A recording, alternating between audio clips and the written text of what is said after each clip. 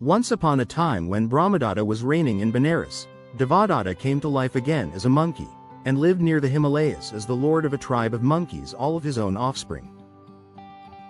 Filled with worry that his male offspring might grow up to oust him from his lordship, he used to castrate, desex, them all with his teeth.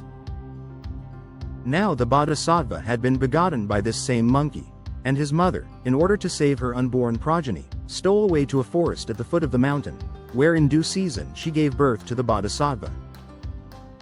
And when he was full grown and had come to years of understanding, he was gifted with marvelous strength. "Where is my father?" said he one day to his mother.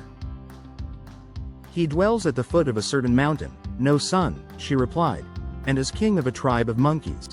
Take me to see him, mother." "Not so, my son, for your father is so afraid of being supplanted by his sons that he castrates, desects them all with his teeth." "Never mind. Take me there, mother," said the bodhisattva. "I shall know what to do." So she took him with her to the old monkey. At sight of his son, the old monkey, feeling sure that the bodhisattva would grow up to remove him, resolved by a feigned embrace to crush the life out of the bodhisattva. "Ah, my boy," he cried, "where have you been all this long time?" And, making a show of embracing the bodhisattva, he hugged him like a vice. But the bodhisattva, who was as strong as an elephant, returned the hug so mightily that his father's ribs were like to break. Then thought the old monkey, "This son of mine, if he grows up, will certainly kill me." Thinking about how to kill the bodhisattva first, he thought of a certain lake hard by, where an ogre lived who might eat him. So he said to the bodhisattva, "I'm old now, my boy, and should like to hand over the tribe to you. Today you shall be made king. In a lake hard by grow 2 kinds of water lily, 3 kinds of blue lotus, and 5 kinds of white lotus. Go and pluck me some." "Yes, father," answered the bodhisattva, and off he started.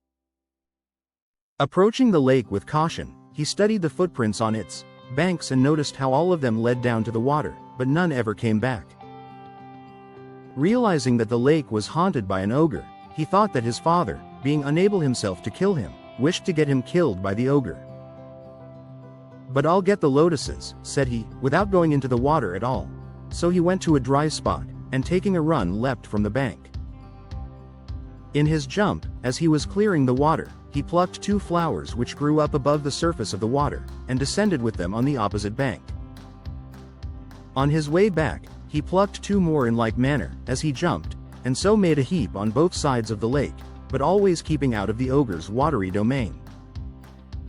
When he had plucked as many as he thought he could carry across, and was gathering together those on one bank, the astonished ogre exclaimed, "I've lived a long time in this lake, but I never saw even a human being so wonderfully clever.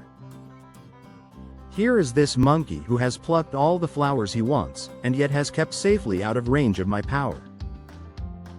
And, parting the waters apart, the ogre came up out of the lake to where the bodhisattva stood, and addressed him thus, "O king of the monkeys, he that has 3 qualities shall have the mastery over his enemies, and you, I think, have all 3. And, so saying, he repeated this stanza in the bodhisattva's praise. "Whose, like you, O monkey king, combines dexterity and valor and resource, shall see his defeated rival turn and flee." His praises ended, the ogre asked the bodhisattva why he was gathering the flowers. "My father is minded to make me king of his tribe," said the bodhisattva, "and that is why I am gathering them." "But one so exceptional as you should not carry flowers," exclaimed the ogre.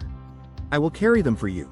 And so saying, he plucked up the flowers and followed with them in the rear of the bodhisattva. Seeing this from afar, the bodhisattva's father knew that his plot had failed.